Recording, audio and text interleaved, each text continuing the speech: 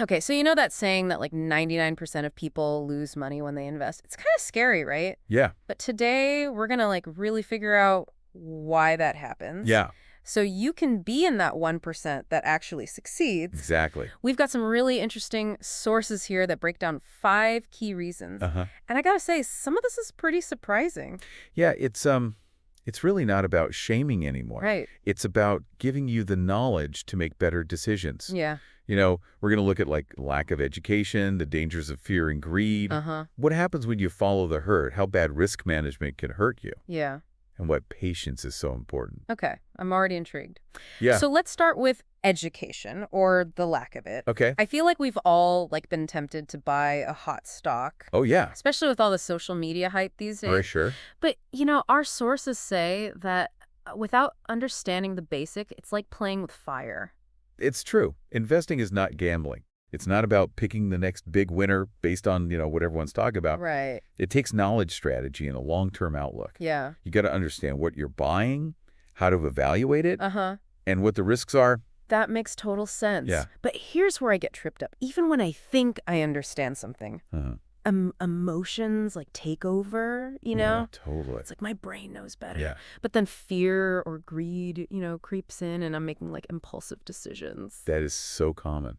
Really? And that brings us right to our second reason, the whole fear and greed thing. Uh, It's like a roller coaster, uh-huh. Like, think about the 2008 crash. Oh, yeah. People panicked, sold everything at the worst possible time, Oh, no. and they locked in their losses. Right. But those who held on, stuck to their plan, they actually recovered when the market bounced back. So they actually made money. Yeah, they were fine in the end. Wow. That's like a perfect example of how emotions can really backfire. It is. Especially when the market's crazy like that. Oh, yeah. So it's all about discipline instead of like knee-jerk reactions. Right? Exactly. Discipline and long-term thinking. Yeah. And this ties into our next reason, following the herd. Ooh. It's so tempting to get caught up in the excitement when a stock is going way up, Yeah. or everyone's talking about the next big thing. Oh, totally. Like the whole GameStop thing. Exactly. Or even when like my friends are bragging about how much money they're making in crypto. Yeah, it's hard to not feel like you're missing out. It really is. But the thing is, by the time something's a trend, it's often too late. The people who made the real money got in early. They did their research, Uh-huh. and they had a plan for getting out. Yeah. So the people who jump in late, they're often left holding the bag when it all crashes. Wow. So how do you avoid that? Yeah. Like, if everyone's saying it's a good investment, isn't it hard to go against the grain? It is, but it's all about making your own decisions. Okay. Decisions that make sense for your goals and your risk tolerance. Yeah. You can't just follow the crowd. That leads right into the next reason, which I think is where things get kind of scary. Bad risk management. I'm imagining someone putting all their money into one stock Oh, yeah. and then watching it completely crash. Oof, it's a nightmare, but it happens more than you think. Really? Yeah, that's why diversification is so important. Okay. You spread your investments across different things like stocks and bonds, real estate. Uh-huh. That way, if one thing does badly, it doesn't take down your whole portfolio. So even if one part tanks, the other parts can like soften the blow? Exactly. Okay. And there are other tools you can use like stop-loss limits. What's that? Basically, it automatically sells a stock if it drops below a certain price. Oh, so it's like a safety net. Exactly. It helps you avoid huge losses. Okay, that makes sense. Understanding and managing risk is so important for any investor, Yeah, no matter how experienced they are. this is like eye-opening already. Yeah. But before we move on, I'm curious about the last reason, lack of patience. Okay. Isn't that more of a personality thing than an investing mistake? It might seem that way, but it really matters in investing. Okay. Think about that Warren Buffett quote. The stock market transfers money from the impatient to the patient. Oh, yeah, I've heard that one.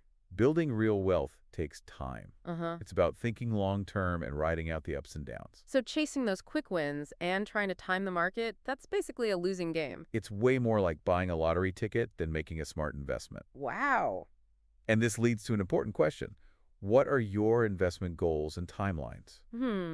What are you trying to achieve and how long are you willing to wait? That's a really good question for our listeners to think about. Yeah. We've covered a lot in this first part, from emotional decisions to diversification to patience. Yeah, it's a lot to take in. It is. And in the next part, we'll dig into some real-world examples and specific ways to overcome these challenges Okay. so you can avoid those common traps and start building a strong financial future.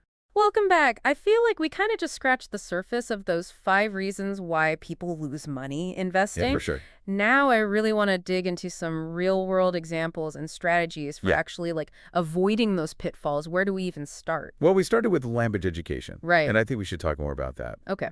It's easy to feel lost when you're first learning about investing. Right. There's just so much information out there, Yeah. and it's hard to know where to focus. That's true. I remember feeling like I needed an NDA just to understand the basics. Uh-huh. Yeah. Like it was so overwhelming. You don't need a fancy degree, Okay. but you do need to start with a solid foundation. Okay. Understand the different types of investments, Like what? like stocks, bonds, mutual funds, Okay. and how they fit into a portfolio. Uh-huh. Learn about risk and return, diversification, asset allocation. Okay, that makes sense. But let's get practical. Okay. What are some things people can actually do to learn this stuff? There are tons of resources out there. Like what? Websites like Investopedia and The Motley Fool. Oh, yeah, I've heard of those. They have great articles and tutorials for beginners. Okay. You can find awesome books at the library or bookstore. Mm-hmm.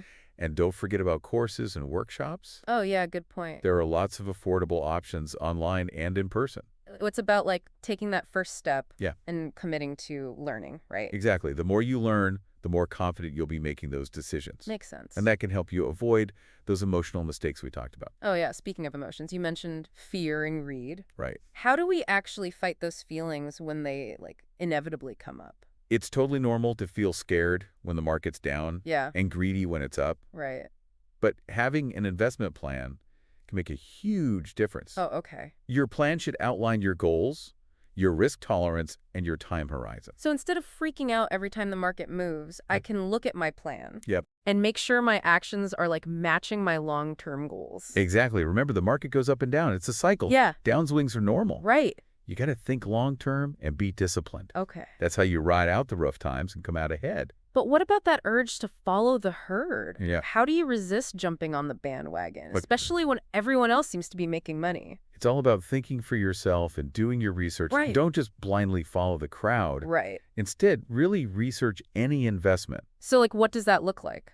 Understand the fundamentals, assess the risks, Okay. and see if it fits your goals and your risk tolerance. So it's not about ignoring what everyone else is doing, Right. but doing my own homework Exactly. and making my own decisions Yeah. based on my research. Remember, the people who get in early, they usually really understand the fundamentals Mm-hmm. and they have an exit strategy. Okay. The people who jump on late, they're often stuck holding the bag when the hype dies down. That makes sense. Now let's talk about risk management. Okay? You mentioned diversification, Right. but how do you actually build a diversified portfolio? It can be so overwhelming, especially for beginners. It doesn't have to be complicated. Okay. One easy way is to invest in a diversified mutual fund Uh-huh. or an ETF. An ETF, what's that? It stands for Exchange Traded Fund. Okay.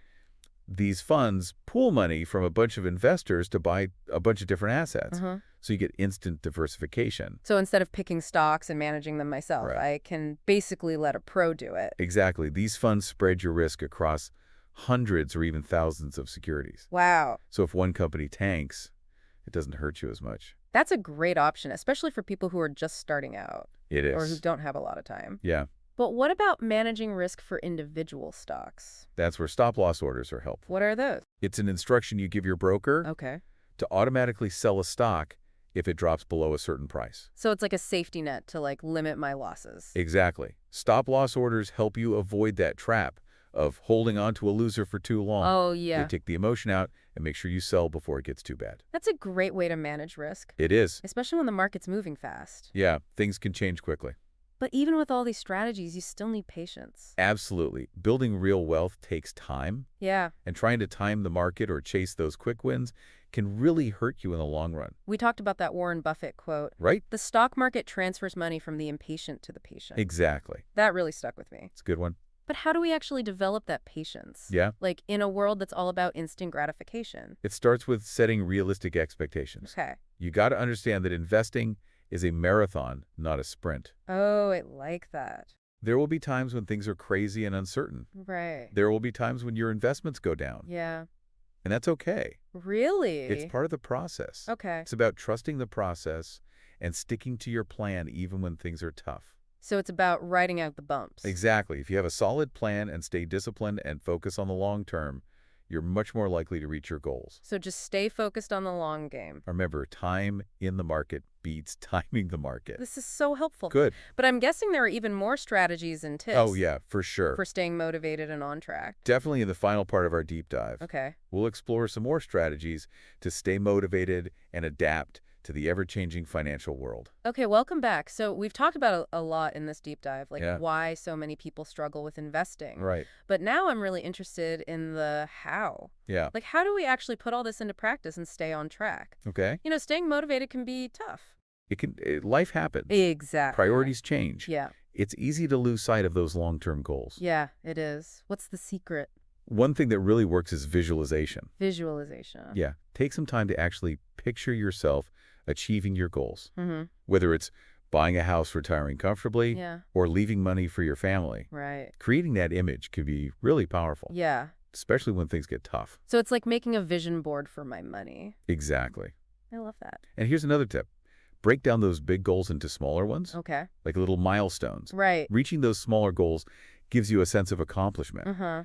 and it keeps you from getting overwhelmed. So it's like celebrating those little wins along the way. Exactly. That makes sense. What else? Don't underestimate community. Community. Okay. Surrounding yourself with people who get it. Like other investors. Yeah, people who share your goals and values. That makes sense. It could be a friend, family, or even an online group. Okay. Sharing your journey with others keeps you accountable, Uh-huh. and they can encourage you. Right. And you might even learn something new. Plus, it's always more fun to celebrate with friends. Exactly. But what about when I'm really stuck? Okay. Like, what if I don't understand an investment strategy? That's a great point, and it highlights something important. What's that? It's okay to ask for help. Oh. If you're feeling lost or unsure, don't be afraid to reach out to a financial advisor. Oh, so like a mentor. Yeah, someone who can guide you. Okay. A good advisor can give you personalized advice, answer your questions, Uh-huh. and help you create a strategy that works for you. So it's like having a coach for my money.